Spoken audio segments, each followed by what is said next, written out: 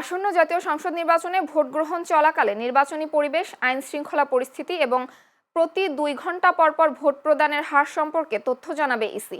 Vote গ্রহণের দিন সকাল 7:30 থেকে এই তথ্য সংগ্রহ ও পরিবেশন কার্যক্রম শুরু হবে। ভোট চলাকালে সার্বিক পরিস্থিতি পর্যবেক্ষণ করে নিয়মিত হালনাগাদ তথ্য প্রকাশ করা হবে, যেন ভোট গ্রহণ প্রক্রিয়ায় স্বচ্ছতা ও গ্রহণযোগ্যতা নিশ্চিত করা যায়। এছাড়া ভোট গ্রহণ শেষে ভোট গণনা সম্পূর্ণ হওয়ার পর প্রিজাইডিং অফিসারদের কাছ থেকে প্রাপ্ত ভোট গণনার বিবরণী এবং প্রাথমিক বেসরকারি ফলাফল সংগ্রহ করা হবে।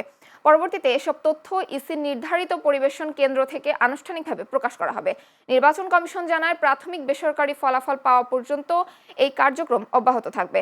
এর মাধ্যমে ভোটার, প্রার্থী ও সংশ্লিষ্ট সবার কাছে নির্বাচন সংক্রান্ত তথ্য দ্রুত ও নির্ভুলভাবে পৌঁছে দেওয়া সম্ভব বলে আশা করছে কমিশন।